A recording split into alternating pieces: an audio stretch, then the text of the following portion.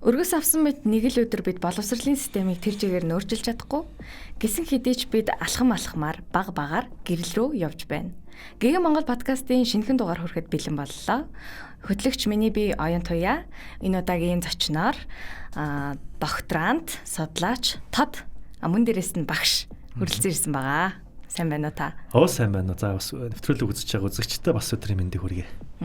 Та өөрийнхөө бас танилцуулаач. Намайг Тод гэдэг. За би одоогийн байдлаар бол Хүмүүлгийн ухааны их сургуулийн олон улсын харилцааны багшаар ажиллаж байгаа.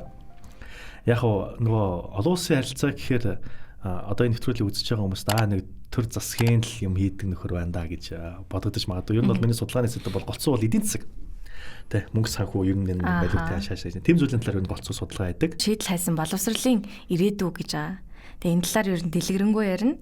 Бодлогын тогтворгүй байдал, нан засаг солигдоход давтамжтай өөрчлөгддөг тэр хөтөлбөрүүдийн талаар хөндгөн зүйтэй хаа гэж бодож байна. Манай улсын бодлогын заламж халаа байдал жоохон сул байдаг.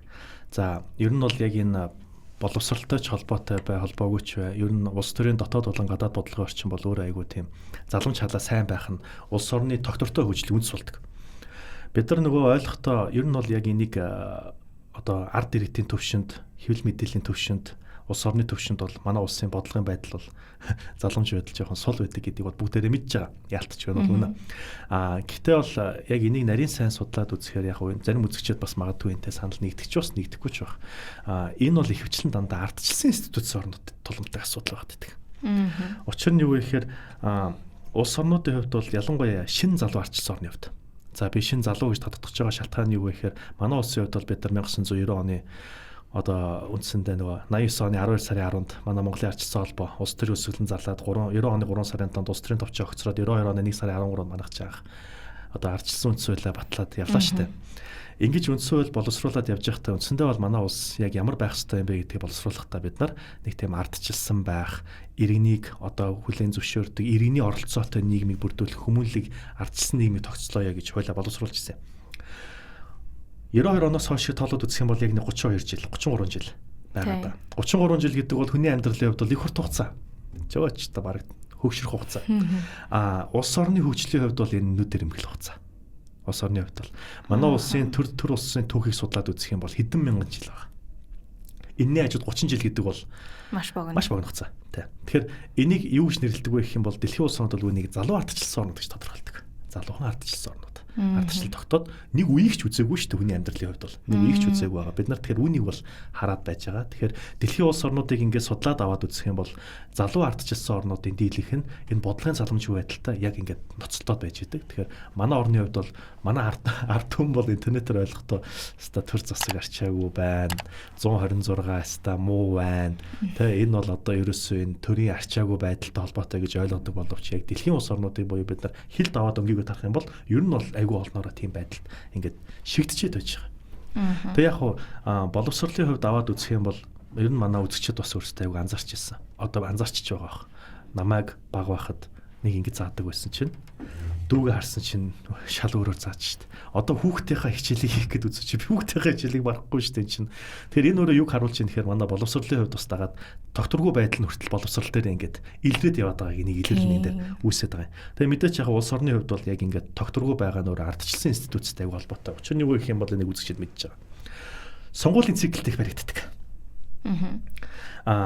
Тэгээ дээрэс нь нөгөө тогтворгүй байдал их байгаад байдаг учраас нөгөө манай улсын хувьд бол нөгөө урт хугацааны бодлого хэрэгжүүлэх жоохон хүндрэлтэй. Учир нь юу вэ гэхээр аливаа ямарваа нэг улс төрийн тэргүүн гараад ирэхээр мэдээч бол одоо нөгөө ажиллаа хийх гээд эхлэхэд би одоо ажил эхлүүллээ гэхэд миний хийж байгаа ажлын үр дүн магадгүй 10 жилийн дараа гарч ирнэ.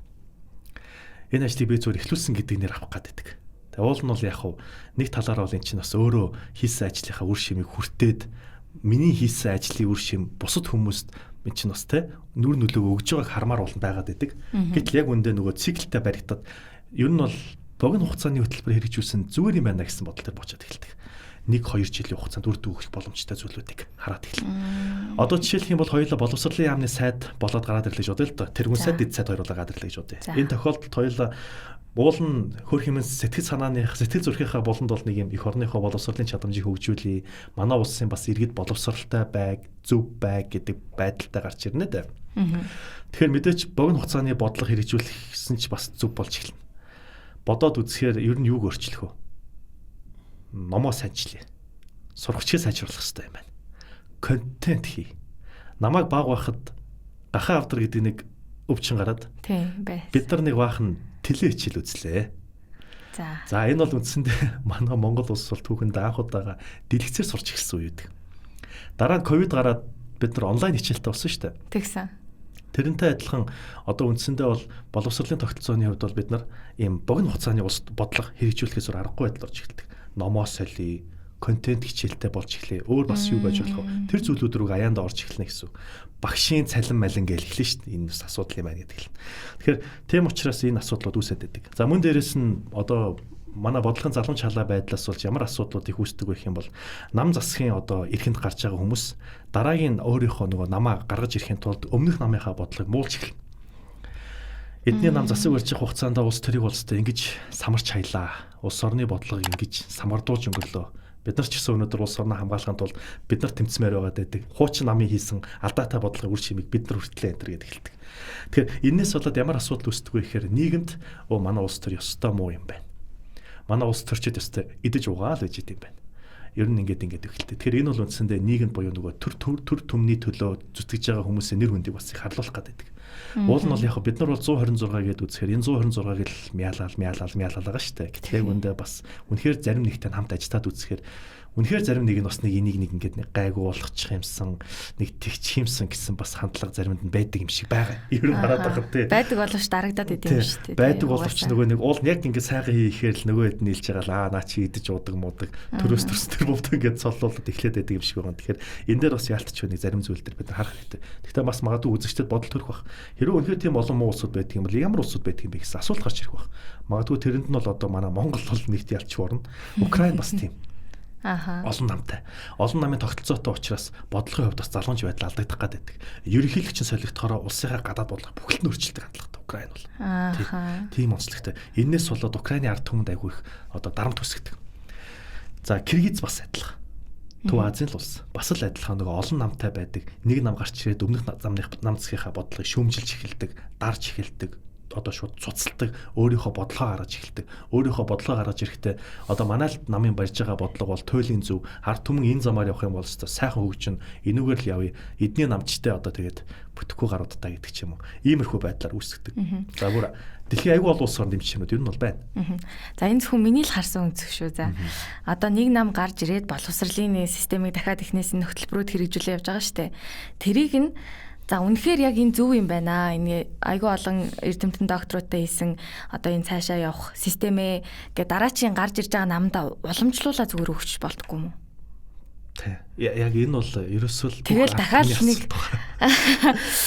дахиад нэг гарч ирээ шинэ хөтөлбөр гэж орж ирээл дахиад намын солиол ингээл 4 жил тутам бараг нам сольж штэ. Тэр чинь бас тэ цаас мас хэрэг үргэлдэж байгаа лээ. Төсвийн мөнгө бас нэлээд явж байгаа штэ тэрэн дээр. Яг зөв. Энэ бол нөгөө л ард түмний маш их шөмжлүүлдэг зүйл. Төсвийн мөнгө ойлгохгүй. Эднэр одоо улс болж тоглолоо. Улс төрийн бодлого ингэж алж болохгүй. Ер нь ямар ч улс орн байсан ингэж бас явж болохгүй гэсэн юм шүүмжлэг маш их дагуулдаг. Энэ бас нэг талаар үнэ. Яагаад ингэж вэ? Асуулт гарч ирнэ. Ер нь яагаад ингэж вэ? Ер нь яагаад монголчууд ийм байдалд байгаад байгаа? Тэнгүүд нөгөө нэг хэсэг бүлэг хүмүүс тайлбарлаад байгаа шүү дээ. Социализм үед их сайхан байж тээ. Айтайхан ч байж. Ингээд бүх юм ингээд сайхан явдагч байж гэж ярьдаг. Тэгээ үнэхээр бас яг нэг талаараа социализм үеийг судлаад үзэхээр нэрээ ч тийм байсан. Яг хөө ингээд зарим үзэгчид бол одоо ялангуяа залуучууд бол социализм бол одоо хэцүү ард түмэн эрхчлөө байгаагүй гэж ярьдаг. Гэтэ ягаад социализм үед нам засгийн бодлого юм тогтвортой байжгаад одоо юм болчихсон байг судлаад үзэхээр социализм үед бол нөгөө нэг нам засаг барьжсэн учраас өөрийнхөө бодлого олон жил хэрэгжүүлж болоод байдаг байсан. Одоо бол ингээд бодлогын залгамж байдлыг байхгүй болгочод байгаа нэг шалтгаан юутай холбоотой вэ гэхээр түрүүнд дурдсан улс төрийн цэглэлтэй холбоотой болж эхэлж байгаа. Намын эрх мэдлийн асуудал, намын нэр хүндийн асуудал. Манай нам залуучуудад ажилтдаг нам. Манай нам нийгмийг хөгжүүлдэг нам. Манай нам бол одоо Монголын боловсролыг шин шатанд гаргахаар хичээж буй нам гэх мэтээр иймэрхүү байдлаар ингэж өөрийнхөө намд эрх мэдлийг олж төвлөрүүлэх, нэр хүндийг олж авахын тулд бол үндсэндээ эрс шинжлэх хөтөлбөр гэдэг нэрээр л янз бүрийн юм хийж эхэлдэг. Энэ бүхэн бол нэгт нэр хүндтэй холбоотой байгаад байгаа. Ашиг сонирхол байна те давхар. Намын ашиг сонирхол яваад байгаа. Манай улс тэгэд эн чин дараа нөгөө нэг их сонио яг ингэж хэлэхээр магадгүй эрүү энийг үзэж байгаа зарим үзэгч шүмжлэх байх. Тэр бол үнэхээр одоо яг яагаад вэ гэхээр Та ингээд сонсч ирсэн бах. Манай Монголд нэг тийм ажил тайлагна нэг юм байгаад байдаг шүү дээ. Тэ. Ажил тайлагнахтаа эн чинь дараа нөгөө нэг нам сонгуулийн циклтэй баригдаж ажиллаа хийгээд сонгуулийн цикл дуусны дараа дараагийн сонгуул болно доо. Энэ үед өөрсдийнхөө сонголтоог гаргаж явахын тулд ард түмний асуудаг асуулт байдаг. Танаа нам 4 жил ирэх байхдаа юу хийсэн? Ер нь ямар ажил хийсэн? Та нарыг энийгээ яаж сайжруулсан гүт эн чинь нэг бичих юм хэрэгтэй болно доо. Тэ ард түмэнд ажил тайлгнах хэрэгтэй болно шүү дээ. Ингээд ирэхдээ бид нар одоо манай нам засаг барьж явах хугацаанд ийм ажлыг хийлээ. Тим сурах хүчийг ингэж өөрчлөлөө. Бид нар ийм контентыг гаргалаа. Ийм хэлний боловсролыг ингэж өөрчлөлөө гэх мэтээр ингэж үндсэндээ бол иргэдэд нөгөө нэг итгэл төрүүлэх дараагийн сонголтод гарах зорилгоор үндсэндээ ингэж бодлого хурдан солих гэж оролддог. За тэгээд дээрэс нь энд бол ялтч байна. Дараагийн асуудал бол улс төрийн туйлшрал маш их байдаг. Туйлшрлах байна. Яаж илэрч ийм гэхээр үндсэндээ аливаа ямар нэгэн байдлаар улс төрийн өмнөх нэг намын бодлого гарч ирнэ дээ. Нэг нам бодлого хэрэгжүүлнэ дээ. Энэ бодлого хэрэгжүүлэхдээ бол үндсэндээ манайх бол одоо үндсэндээ ингээд улсыг хөгжүүлэхийн тулд бид нар бүх боломж дарах хэмжээг аваад ингээд явууллаа. Ард түмэнтэй бол ингэж хамтарч ажиллах ёстой гэдэг ч юм уу. Өөрийнхөө бодлогыг л гаргаад л өөрийнхөө улс төрийн чиг баримжаараа улсын хөгжлийг бол үндсэндээ тааруулах гэж оролдоод эхэлдэг. Энэ байдал маань үндсэндээ улс төрийн залгамж бодлогыг аягүй их алаад эхэлдэг байхгүй. Нэг ном ингэж үүдэл хийгээд ирэнгүүт дараагийн нам нь гарч ирэхдээ энийг бүгдийг шүмжилж эхэлнэ. Адилхан л хийн. Тэгэхээр энэ бол үндсэндээ ардчлалын циклтэй аягүй холбоотой. Тэгэхээр бид нар ардчлалын циклийг зөв зохистой авч үзэхийн тулд энийг дахиад нөгөө хүнтэй нь холбооч ёстой болоод эхэлдэг. Тэгэхээр ингээ ярахаар бас магадгүй үзэгтэй жоохон төөрөгдөл үүсч магадгүй. Яг өөрийн чинь нүднээс харахад бас аягүй төөрөгдөл харагдаж байна. Юутай холбоотой болж эхэлж байна гэхээр бид нар яг энийг нөгөө бүр уг үндсээр нухад аваад үзэх юм бол Монгол хүнтэй аягүй холбоотой болоод эхэлдэг. Та бодоод үз. Монголчуудын соёл сэтгэлгээ, уур амьсгалын өөрчлөлт, амьдрал ахуйн чиг хандлага бүгдээрээ монголчуудыг улс одоо алс сэтийн бодлого руу биш богино хугацааны шийдэл рүү хөтэлдэг. Байс хийж байгаа л цаг уур нь өөрчлөгдөөл амьдралын хэм маягт нь өөрчлөлт ороод ирэнгүүт үндсэндээ бол яадаг вэ гэхээр яг богино хугацааны шийдэл хүлээж эхэлдэг. Үндсэндээ яаж одоо энийг хурдан шийдэх вэ гэж бодоод эхэлж байгаа байхгүй. Энэ сэтгэлгээ нь ингээд олон жилийн турш бид нарт одоо ч гэсэн байна. Тэгэд яг одоо ч гэсэн байгаа гэдгийг би яг яаж мэдчихсэн бэ гэхээр сүүлдээ би ч одоо их сургууль төгсөж байгаа оюутнуудтай ажиллах гад ирэнгүүт нэг тийм аргалах сэтгэлгээ айгүй харагдаад байдаг оюутнуудаас. Аха. Тэ. Би нэг юм даалгавар өгөнгүүт за нэг тэгээл хийч. Нэг ингээл аргалч. Тэ нэг ийм байдлаараа тий аргацаасан байдал руу ороод эхэлж байгаа байхгүй. Тэгэхээр энэ бол ялтч нөгөө Монголын соёл сэтгэлгээ, Монгол хүний сэтгэлгээний онцлогоор альва зүйлийг ингэж хурдан хугацаанд хийгээд хурдан үр дүнд гараад хурдан холдуулах бодлоготой. Сэтгэлгээ маань хүүхэд байхаас төлөвшөж эхлээд хүмүүжлэр сургуульд ороод боловсрогдоод ажлын байран дээр гараад ирэхээр энэ байдал маань өнөөдөр ажиглагдаад байдаг болчиход байгаа. Тэгэхээр магадгүй бас энийг ярахаар үзэгчид бас үнийг ойлгож авах юм. Тэгэхээр өөрсдөө бас маань бид нар өөрсдөө бас үнийг нэг талаар бол гэрчүүлж байгаа шүү дээ. Иргэн тойронд байж байгаа хүмүүс үнэхээр тийм байдал гаргаад ирэнгүүт бас бодож эхэлнэ. Арга цаахаа болооч гэд бодоод эхэлж байгаа байхгүй. Тэгэхээр энэ бол ялтч нэг талаараа нөгөө уламжлалт сэтгэлгээ орчин үеийн нөхцөл байдалтай одоо холтолцооролтоод яваад байгаа. Энийг илэрл ингэж хэлсэж байгаа шүү. Тэгэхээр энэ байдал маань бодлогын залгамж байдал, улс төрийн урт хугацааны бодлого хэрэгжүүлэх байдалтай жоохон алсын хараал маш их дутагдж байна. Эхэлж байгаа. Тий. Аха. За дараагийн асуулт маань болохоор Монголд ерөн боловсролын шинжилгээг боддоор хэрэгжүүлэх одоо бүр яг ингээд биежүүлээд хэрэгжүүлэх төр та юу гэж боддог вэ? Гадаад орнуудын туршлагаас бид нар бол ер нь манай улсын нэг баримталтыг арга шүү дээ. Гадаад улс орнууд эднийг яг яаж шийдсэн. Жишээлх юм бол Японы хувьд ч ер нь бол үндсэн хуулиндаа их өөрчлөлт оруулдаг, шийдэл оруулдаг. Энийг яаж хуульч шийдсэн бэ гэхээр өмнөх намын авч хэрэгжүүлж байгаа бодлогыг дараагийн нам нь зогсоохыг хориглоно. Зөв. Тэгэхээр үндсэндээ бол нөгөө өмнөх гаруудын хийсэн бодлогыг дараагийнх нь бол авч хэрэгжүүлэхээс аргагүй байдалд оруулж байгаа байхгүй. Тэр мэдээч дараагийн нам засаг барьж явах хэвчээ дахиад бодлого хэрэгжүүлнэ дээ. Тэрийг өөр нам нь зогсоож болохгүй болчихж байгаа. Энийг хуульч шийддэг. Эхнийх нь. Канад тэргүүтээ орнууд бол энийг ажиллах хүчнээ шийдэх замаар шийддэг. Ажиллах хүчин гэдэг бол үндсэндээ меритийн тогтцоог оруулж байгаа. Meritocracy буюу үндсэндээ тухайн салбарт яг тэр чиглэлийн мэргэжсэн хүнийг ажилд тавих тухай. Тэгэхээр хэрвээ эрүүл мэндийн яамны сайдыг тавих гэж байгаа бол олон жил эмчээр ажилласан хүмүүсийг тавьж болж байна. Тэ. Эсвэл одоо хуулийн салбарт хүн тавих гэж байгаа бол хуулийн салбарт олон жил ажилласан хүнийг тавьдаг ч юм уу. Тэгэхээр нөгөө нэг бид нар яг улс төрийн бодлого зөв зохистой хэрэгжүүлэхийн тулд ялт ч юм манад меритийн тогтолцоо айгүй хэрэгтэй байдаг. Тухайн салбарт мэрэгсэн хүмүүсийг тавьж болно. Энэ бол ихэнхдээ Канада болон Япон орнуудын туршлага. Эдгээр байгаа. Тэгэд яг бид нарт бол улс төрийн бодлого бас л нэг шүүмжлэвчтэй зүйл нь юу вэ гэхээр ахаад нөгөө сэтгэлгээний асуудал орж ирж байгаа байхгүй. Бид нар бол айгүй тийм юу хүмүүс. Нутгархаг хүмүүс. За. Тэ. Өөрийн нутгийн дүүгүүдээ их хайртай. Нутгийн ахтай. Тэгээд ирэхээр нөгөө манад бүр ийм кейс хүртэл болж исэн. Гадаад улс орнуудад томилох элчин сайд консулыг томилохдоо одоо сайдын эхнэрийнх нь дүү байдаг ч юм уу. Дандаа ах トゥ хамаатан. Дандаа ах トゥ хамаатан садаа тавьчих гад болдгоо. Тэгэхээр энэ нөгөө нэг юм нутгархаг асуудал үүсээд байгаа. Энд нэг юм ачаал байгаа даа. За ялангуяа тэгэхээр тийм учраас бол бид нар ялтчихгүй хэрвээ та энэ салбарт ажиллая гэвэл ийм шаардлагуудыг хангасан байх ёстой. Ийм одоо нөхцөл байдал төрсэн байх ёстой гэдэг зүйлээ гаргах ёстой болно гэсэн үг. Митийн тогтолцоо. Зарим улс орнууд жишээлбэл яадаг вэ гэх юм бол урт хугацааны хөгжлийн бодлогыг баталдаг. Яг одоо бид нар энийг хийж байгаа. Алсын хараа 2050 шиг. Тэ. Урт хугацааны хөгжлийн бодлого гэдэг нь тухайн сонгуулийн мөчлөгт баригдалгүйгээр 20-30 жил хүртэлх алс сэтийн бодлогыг харж исэн бодлого тавьдаг гэсэн үг. Энийний сул тал нь юунд байдаг вэ гэх юм бол хитрхийн мөрөөдлийн болчиход идэг. Тэгээ тийм учраас манай эрдэмтдийн нэг хэлдэг зүйл нь юу гэхээр энэ алсын хараа 2050 гэж те оюун эрдний зүүд энэ гэж ярьдаг байхгүй зарим. Ийм урт хугацааны хөгжлийн бодлого тавьдаг. Энэ бол тэгтээ буруу биш. Урт хугацааны хөгжлийн бодлого тавих замаар одоо ингээд үндсэндээ бол манай улс төрийн бодлогын ийм нэг жанжин шугамыг тодорхой болголоо шүү дээ. Аливаа ямарваа нэгэн нам засаг, яам тамгын газрууд өөрсдийнхөө үйл ажиллагаа энэ жанжин шугамтай ууж боловсруулдаг гэсэн бодлого. Тэгэхээр ингэсэн тохиолдолд бол үндсэндээ нөгөө бодлогын залгамж байдал маань хадгалагдаад явах боломжтой. За, бүн зарим нэг улс орнуудыг аваад үзэх юм бол үндсэндээ намын систем өөрчилдөг. Бид нар өрсөлдөгч биш. Бид нар хамтрагчд. Манай хоёр нам ингээд улс төрд гарч ирэхээрээ бид нар хамтарч улсаа хөгжүүлэх ёстой болохоос биш. Талцахгүй шүү гэдгийг ингэж зөв ойлгоцсон байдаг. Тийм учраас бол ингэж явдаг гэсэн үг. Манай оронд бол энэ жоохон тутмаг байгаад байгаа. Бид нар улс төрийн бодлогоо хэрэгжүүлэхдээ жоохон өрсөлдөгчийг хараад эхэлдэг. Энэ намыг зайлуулъя л гэж бараг ярих гэдэг болохоос шүү. Хоёр нам хоорондоо хамтрая гэж хэлэх жоохон хэцүү. Тийм учраас бид нар олон жил ардчлсан системээр явахдаа түүхэндээ хоёр дахь удаага л хамтарсан засгийн газар байгуулсан шүү дээ. Өмнө нь нэг удаа 12 оны сонгуулиар ганц байгуулсан. Одоо сая 24 оны сонгуулиар нэг байгууллаа. Тий.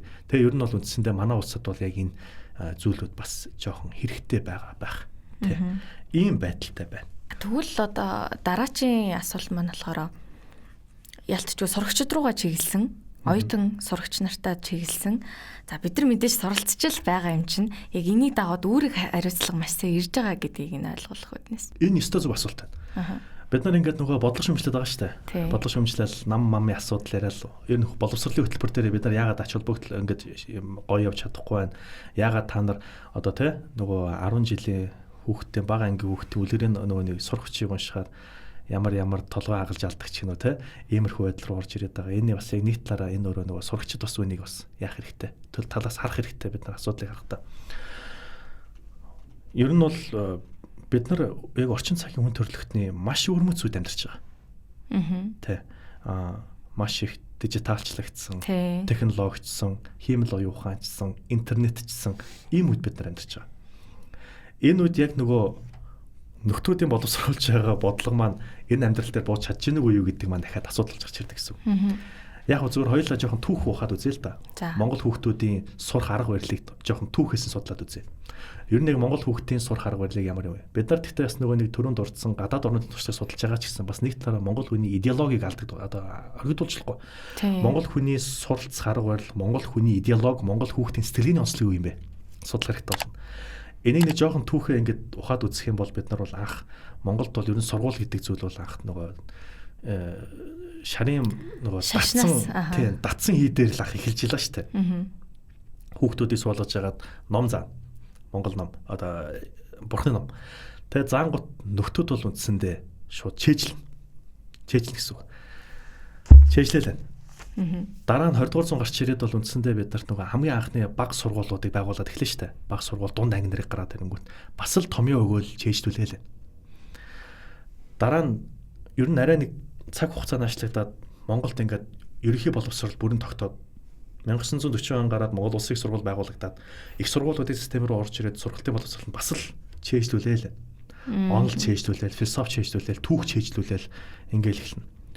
чэйжлээд ирж байгаа яг энэ сэтгэлгээ бол баг энэ датсан хийдээс өнөөдөр хүртэл яг энэ хэвээр яваад 40 оноос хойш явж байгаа гэж ойлгох. Баг 40 оноос хойш төгөлдөрчөөд өнөөдөр хүртэл яг энэ системээр яваад байгаа байхгүй. Яг уу энэ бол манай улсын хувьд боловсролын суурь маань үндсэндээ багш төвтэй сургалттай холбоотой байд. Багш төвтэй буюу багшийн зөв. Багшийн зааж байгаа мэдлэг бол үнэн. Чи судлаад хэрэггүй. Багш тэгж хэлсэн бол багш ил зөв. Иймэрхүү байдлаар явцсан. Тэгэд энэнд амар байсан болоод ч тэр ер нь энэ зарчмаараа явсаар байгаад ингэж их судлаад нөгөө чэйжлээд яваад байдаг сэтгэлгээ нь ирээдүйд хүүхдэд сөргөөр яаж нөлөөлдөг вэ гэхээр креативны буюу тэр бүтээлч байдлыг байхгүй болгодог. Яг тийм. Нөгөө хайрцагнаас хальт сэтг гэдэг зарчим чи үүсгэж болоод эхэлж байгаа байхгүй. Баахан философи чийжилсэн, мангар олон онол чийжилсэн нөхөр яваад байна шүү дээ. Гэтэл яг үндэ одоо бидний хүсэж байгаа зүйл чи ингэж амар олон онол чийжилсэн бол одоо өөрийн гэсэн онлоо гаргал та. За одоо тэгвэл хэрэгжүүлэл л дээ ядаж мэдж байгаа онлоо да. Яг зөв. Энэ онлоо чи өөрөө шүүмжлэлтэй. Зөвч бай, бурууч бай хамаагүй. Тэгээд эрэнгүүтлэхгүй энэ зүг байл гэдэг хэлж. Бас дээрэс нь маш их хэмжээгээр чэйжлээд ирэхээр критик сэтгэлгээ буюу одоо бид нар бол энийг шүүмж сэтгэлгээ гэж орчуулад байгаа. За. Ер нь бол яг их сургуулиудад энийг орчуулахдаа шүүн тунгах сэтгэлгээ гэж орчуулдаг. Бид нөгөө монгол хэлний шүүмжлэн гэдэг чинь үндсэндээ бол аливаа зүйлийн өөг нь төлөөлөх хэлнэ шүү дээ. Наа чи хэвээр болохгүй өнгөө сайлмал гэдэг шиг тэгэж шүүмжлэн. Бид нар ч яг энийг шүүмжлээд байгаа даа бас биш. Шүүн тунгаахад байгаа байхгүй. Тэ. Критик тунгаах сэтгэлгээ хэрэгтэй. Энэ сэтгэлгээг халаачдаг. Тэгээд эрэнгүүт яг нөгөө нэг ингээд юм чэйжилдэг нөхөр их сургуульд ороод заа чи энийг бүтээлчээр хийгээч гэхээр ингээд бодоод эхэлдэг байхгүй. Яаж хийх вэ гэдэг. Нөгөө нэг чэйжилдэг бодлоос салахгүй шүү дээ чи үндсэндээ бол. Тэгээ одоо би л авсвал оюутнууд нэг баах эссе бичиж даалгавар гэж байна. Тэгээ миний эссений даалгавар яаж эхэлж байгаа вэ гэхээр энийг чи ингээд бичээд бодоод уншаад кино унших даалгавар бүр тэр нөхжилтэй. Кино уншуулад чи энэ киног уншиж хагаад өөрийнхөө үзэл бодлоор энэ киног нэг тайлбарлаад нэг анализ бичээд эссе бичээд гэхээр ингээд тэр эссенүүдийг ингээд уншихаар шүү. Нэг 100 эссе ярихэд ер нь бараг 99. За. Тэр киноны үйл явдлыг бичээд байгаа. Тэгээд бахан онл бичээд байгаа. Онууд. Хэлсүү хүчээд байгаа.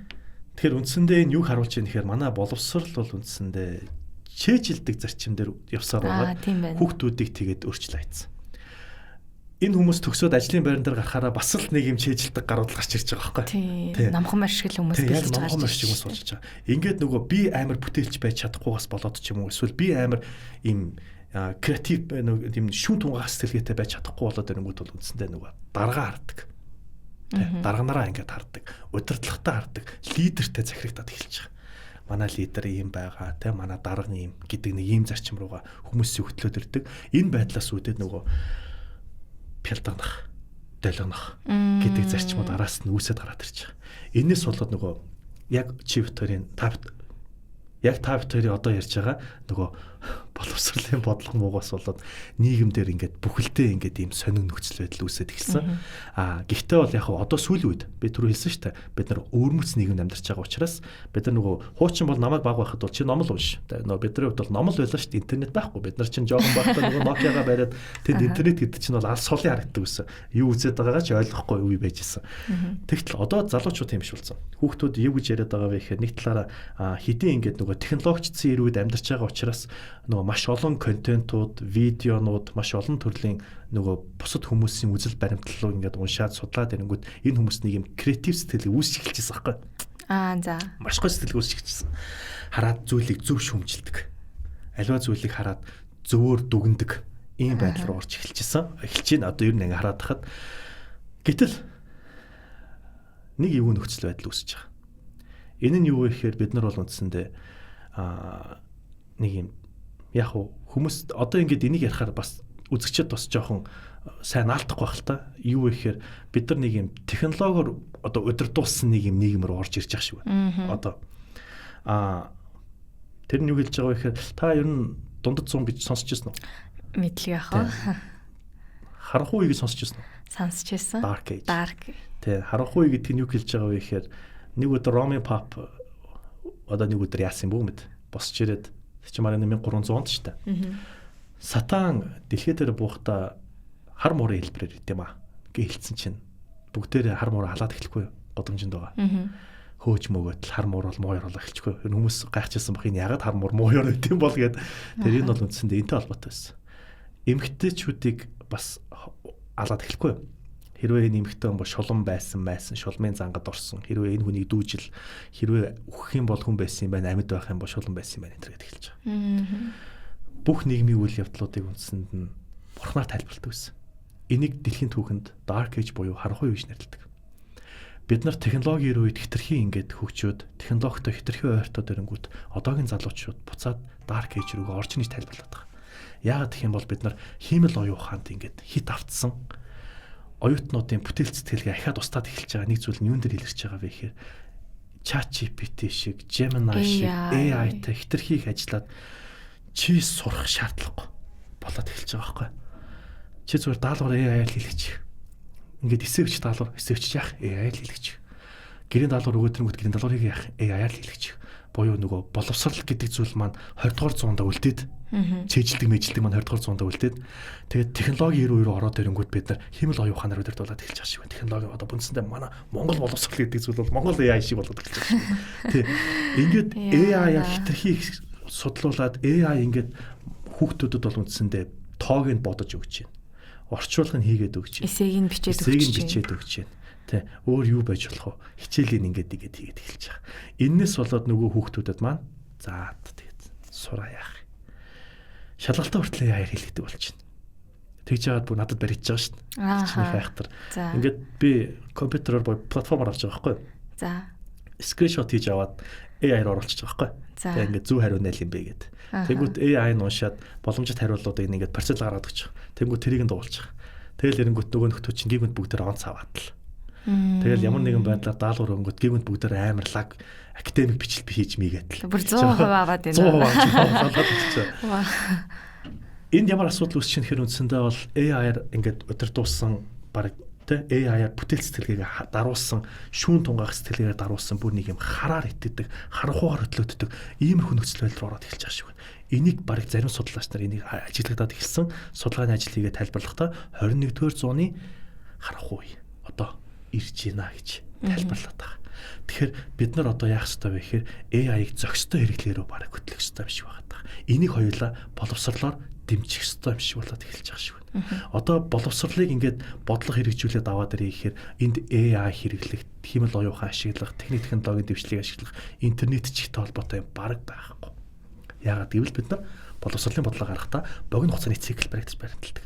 Ингэхдээ нөгөө нэг ном шинжилдэг, ямар яасан юу ээшийн тестээ сайжруулах гэсэн юм байдаг болохоос биш бол өнөөдөр манай боловсролын тогтолцоонд бол учир зүггүй химэл оюун ухааныг зөв зохистой ашиглах тухай. Химэл оюун ухаантай хамт суралцах тухай энэ зүйл байдаггүй. Тэгэхээр баг бид нар ийшээгээ орох хэрэгтэй юм шиг байна. Гэхдээ бид нар AI-аар удирдуулах биш AI-тай хамт буюу үндсэндээ зэрэгцэн хөгжих талаар тийм улс төрийн бодлого боловсруулах хэрэгтэй юм шиг болоод эхэлж байна. Гэхдээ нэг сул тал байгаад байдаг. Манай Монгол дээр за би ахаал улсаа шүмжлэгч. Би бол яг нэг хувь хүний үзэл суртал маань эх орондоо амар хайртай.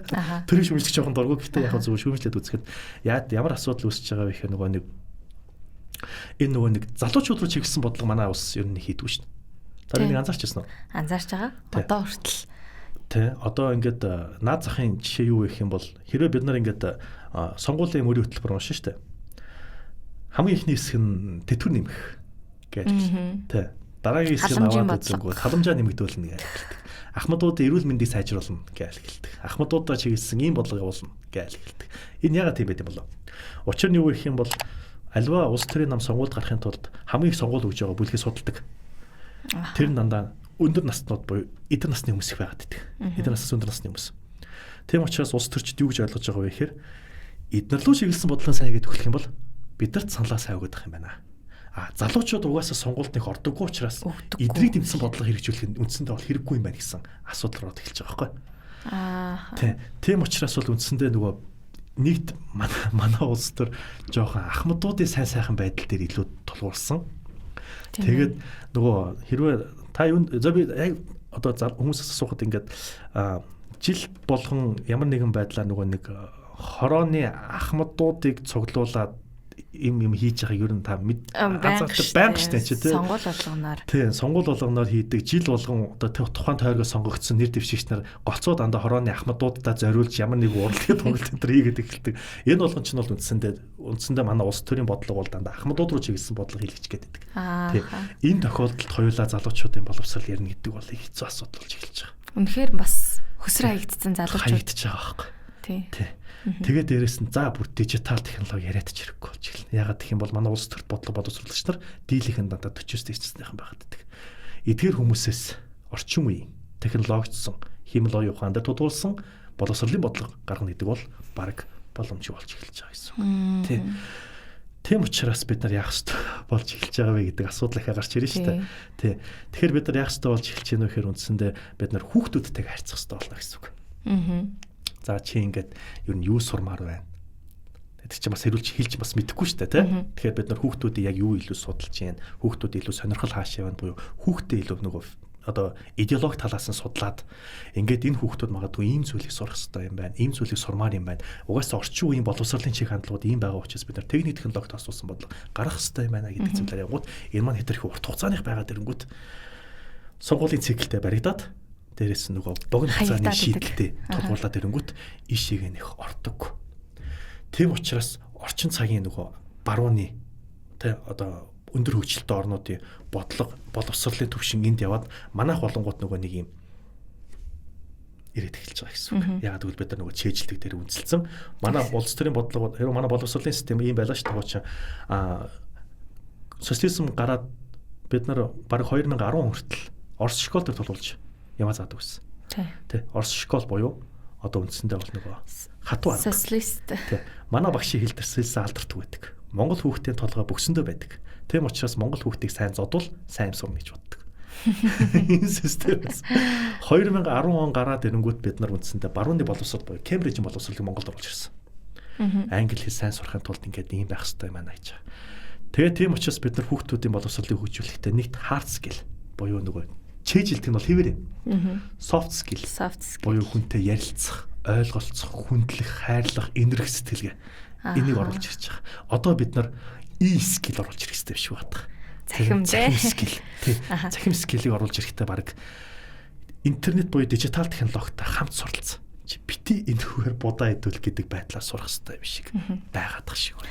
Бас нэг миний юм харсан нэг өнцөг байдаг байхгүй юу?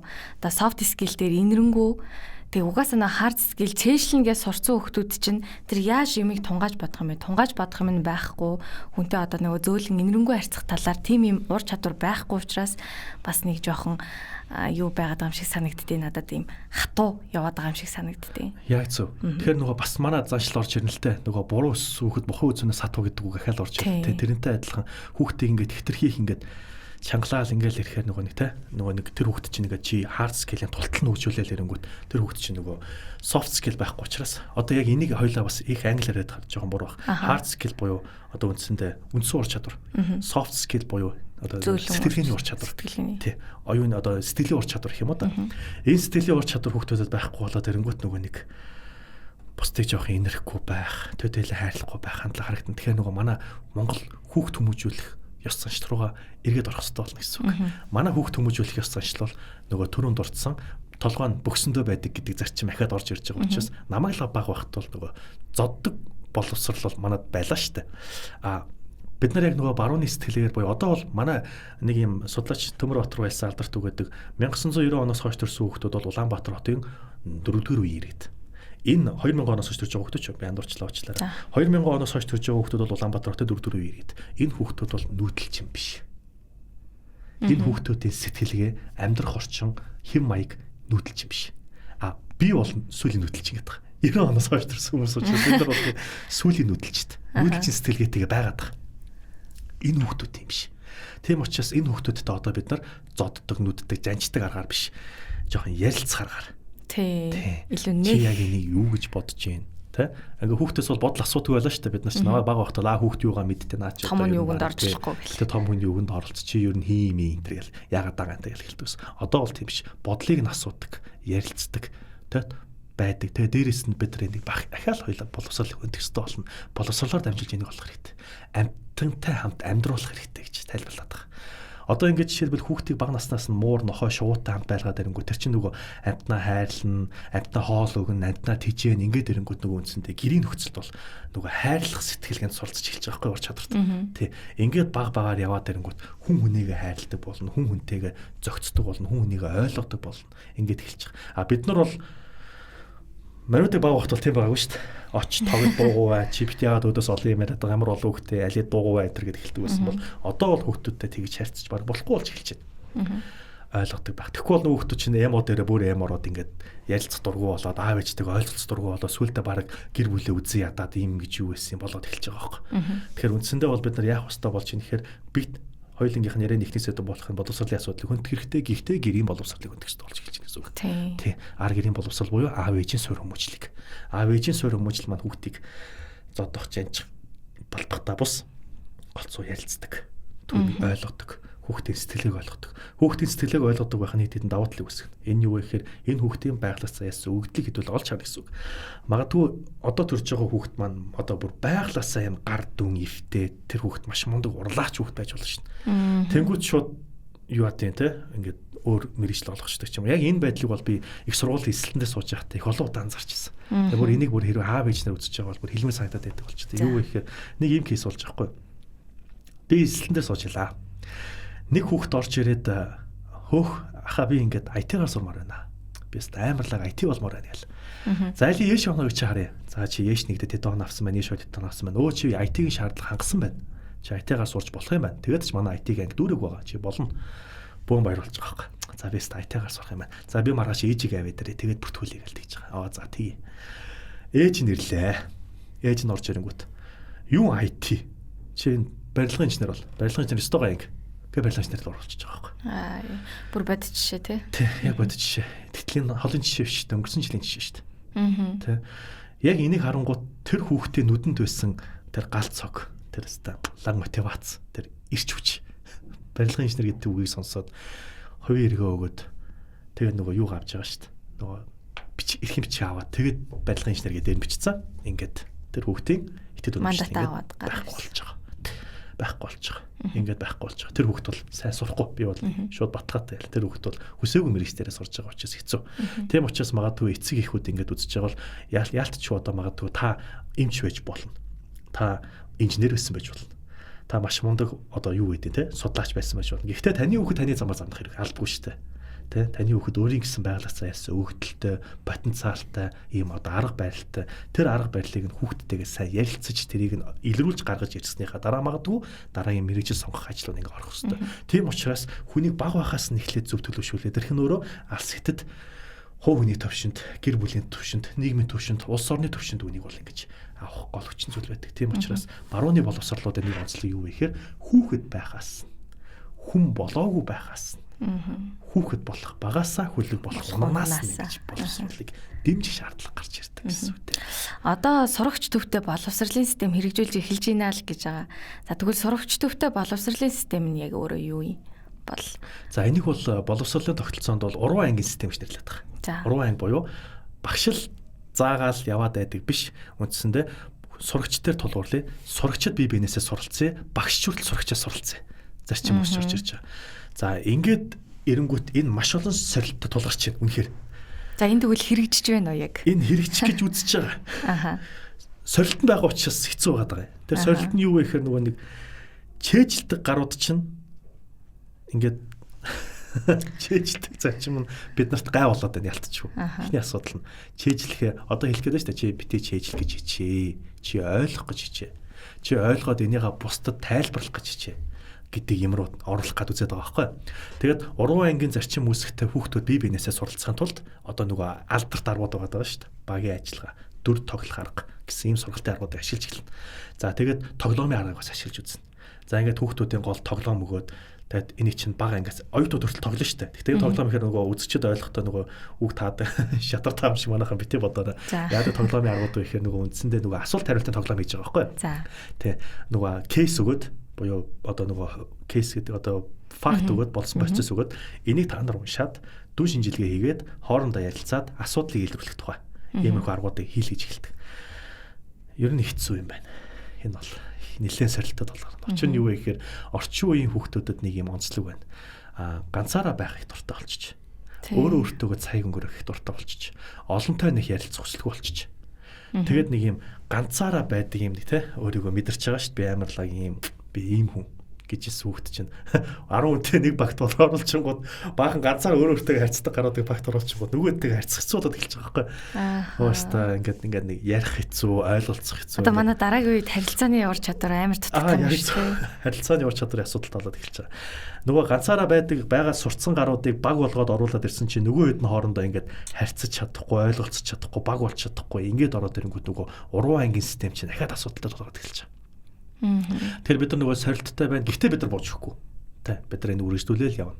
Хэрвээ шаардлагатай гэж үзэх юм бол энэ чинь одоо яаж хүүхдүүдийг бол одоо хүчээрч хамаагүй ойлголц, ярилц, дэмж гэдэг зүйлийг хэлдэг болох хэрэгтэй болж байна. Тэгэд одоо ялангуяа угаасаа ажлын хүчний одоо ажлын байрны нөхцөл байдлууд гэсэн үндсэндээ өөрчлөгдөж байна. Ажил болох хүчний тавьж байгаа шаардлагууд өмнө нь бол маш мундаг, өндөр голчтой байх, онц дипломтой байх, заавал энэ хичээлүүдэд онц авсан байх гэдэг тийм шаардлагуудыг одоо үндсэндээ ажил олгогч нар тавьха болж эхэлж байна. Ямар шаардлага тавьж эхэлж байна гэхээр бусдыг ойлгодог байх, бусдтай зөв харьцдаг байх, бусдтай ямар нэгэн байдлаар юм те одоо хэрүүл урвал хийдэггүй байх гэдэг ч юм уу үндсэндээ харилцааны ур чадвар дээр тулгуурласан юм хийж байна. Угаасаа чи ур чадвартай, шаардлагатай гэх юм бол чи өөрөө сурч чинь ажлын байранд очиод. Гол нь энэ багаар ажиллах, бусдтай зөв ойлголцох гэдэг ур чадваруудыг сурлах хэрэгтэй. Ангийн тулд оюутан төвтэй сургалтыг хийхээс аргагүй болж эхэлж байгаа. Сурагч төвтэй сургалтыг. Тэгэхээр энийг бол бид нар хийх гээл үзээл байгаа. Тэнгүүт нөгөө тэгээ нэг юм өөртөөгөө цаг өнгөрөөдөг, өөртөөгөө ярьдаг амар ингээд эмо гэх юм уу та. Тийм жоох эмо гэдэг жоох хэцүү байгаад байна тий. Тийм учраас би ахаад нөгөө гэрийн боловсролын талаар ярих гэдэг хэлж байгаа тий. Та хүүхдүүдтэйгээ ярь. Та хүүхдүүдтэйгээ сайн ярилц. Хүүхдүүдийг хооронд нь сайн ярилцвал тий. Ингиж нөгөө нэг байдлаар ярихгүй дуугүй бай. Ямар олон хүүхдтэй алий цаашаа бай, бити тайлбар тавиад бай гэдэг зарчим нь өөрөө хүүхдийг айгу дуу болгодог. Тэгээд одоогийн хүүхдүүдэд миний хамгийн их гойдаг зүйл юу гэхээр та нар асуулт асуугаад өгөөч. Хичээл орж явахад дув дуугаа тэр анги. Тэгээд угаасаа энд нөгөө хуучин үеийн боловсролын тогтолцоогоор чи яасан их юм асуудیں۔ Тэгээд нэг юм байтлуусаад нь штэ.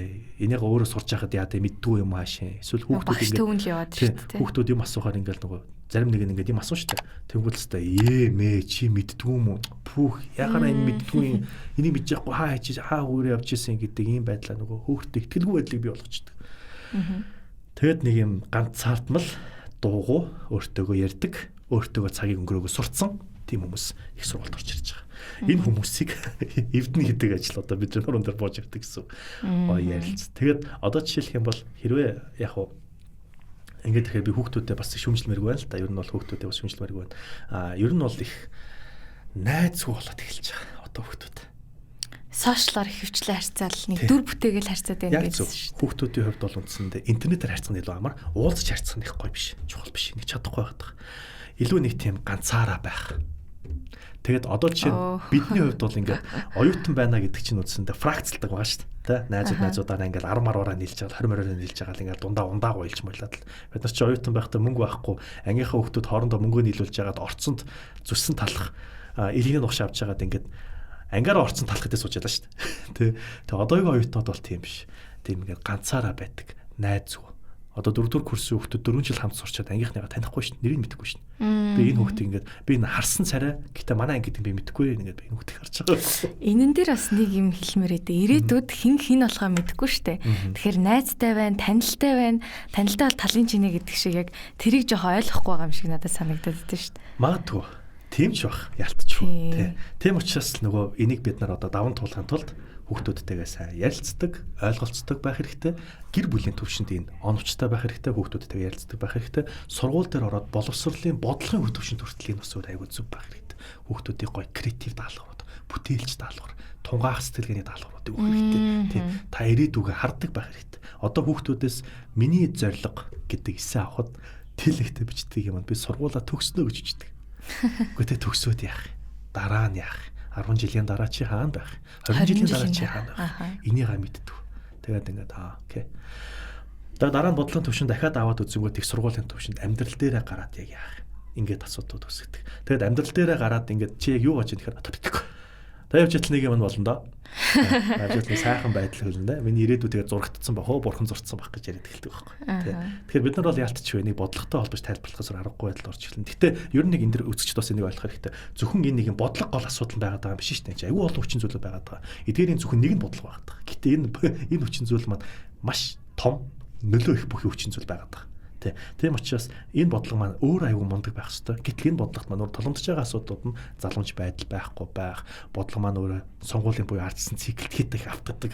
Дээрээс нь бас энэ хүн амын асуудал ингээд эхэлж байгаа учраас бид нар ялтчгүй нөгөө хүмээс эхлээд асуудлыг шийдэх шаардлага үүсэж байгаа. Платон, Сократ, Аристотелууд хэлсэн алдарт үг байгаа даа шүү дээ. Улс төрийг сайжруулахын тулд ард түмэн өөрөө мундаг байх хэрэгтэй.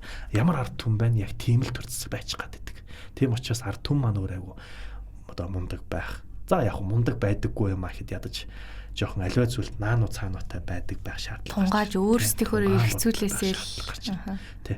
Тэгээд дээрэс нь одоо бид нарт эртхэн ингээд нөхцөл байдалтай гуйлдаад яваад чадахгүй байх юм бол аяанда ирээдүйд үүсч болох дараагийн сорилтууд байгаад байгаа шүү дээ. Түрүүнд дурдсан хиймэл оюуханы асуудлууд, техник технологи өсрөнгүү дэвшлүүд ирээдүйд бүр багш байхгүй болно гэж хүртэл ярьж байгаа. Тийм юу гэх юм бол хиймэл оюуханаар юм багш суурьтай хиймэл оюухан гарч ирээд тэр хүүхдүүдийг хүмүүжүүлж эхлэх байхгүй.